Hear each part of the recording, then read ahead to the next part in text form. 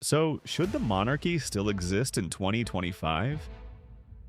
It's a question that once felt radical, even taboo, but more and more people are starting to ask it, especially in the United Kingdom and other Commonwealth nations. Today, we're diving deep into the reasons why the monarchy, as beloved, iconic, and historic as it may be, might not belong in a modern democracy. Let's talk about tradition, money, privilege, accountability, and what it really means to live under a hereditary head of state in the 21st century. 1. The monarchy is undemocratic. Let's start with the big one, democracy. In a democracy, leaders are elected based on merit, experience, vision. In a monarchy, the head of state is determined by birth, by one family's bloodline decided centuries ago, when people still thought divine right was a real thing. Why should the symbolic representative of an entire country be someone no one voted for? Supporters argue the monarch has no real power. But even symbolic power matters. The monarch appoints prime ministers, dissolves parliament, signs laws, all ceremonial, yes, but still tied to outdated structures of inherited authority. And if you believe in democracy, that should matter. 2. It's a symbol of inequality. The monarchy represents a world where some people are born to rule and others are born to serve.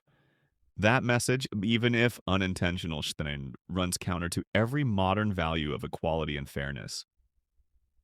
The idea that one family should live in palaces, receive taxpayer money, and enjoy lifelong privilege purely because of ancestry doesn't exactly scream progress. In a time when many families are struggling with the cost of living, housing, healthcare, is it really appropriate to fund royal weddings, royal security, and royal tours? 3. The cost to taxpayers. Ah, yes, the money. Despite claims that the monarchy brings in more than it costs, the truth is it's complicated. Yes, tourism is real. Yes, the crown estate brings in revenue, but maintaining palaces, paying for staff, security, and royal events, that's a hefty bill. In 2023 alone, the sovereign grant, the taxpayer-funded amount given to the royal family, was around £86 million. And that doesn't include royal protection costs, which are kept secret but estimated to be tens of millions more. Imagine what that money could do in healthcare, education, housing. And let's be honest, tourists don't come to see the king. They come to see the buildings, the history, the drama. Versailles is packed, and the French ditched their royals a long time ago. 4. Accountability and transparency. The royal family isn't subject to the same transparency laws as other public institutions. They're exempt from the Freedom of Information Act. They hold secretive wealth, influence behind closed doors, and a unique legal status where they can veto certain legislation that affects their interests. Can you imagine if any other public figure had this kind of protection from scrutiny? Being above politics is one thing. Being above accountability is another. 5.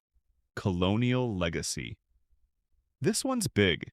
The British monarchy is deeply tied to the history of colonialism. A history of conquest, exploitation, and empire. For millions of people across Africa, the Caribbean, South Asia, and beyond, the crown is not a neutral symbol. It's a reminder of stolen land, forced labor, and centuries of domination. While modern royals may not be responsible for the past, they benefit from it. The royal family's immense wealth and global status were built, in part, on the profits of empire. Calls for apologies, reparations, and meaningful acknowledgement have often been met with polite silence or vague expressions of regret. Is that enough? 6. Scandals and public distrust. Let's talk about trust. The modern monarchy has been rocked by scandals. From Prince Andrew's associations with Jeffrey Epstein, to accusations of racism and mistreatment voiced by Prince Harry and Meghan Markle. These aren't just tabloid stories. They raise serious questions about judgment, character, and the institution's ability to evolve. When scandals break, the royal family isn't held to the same standards as elected officials.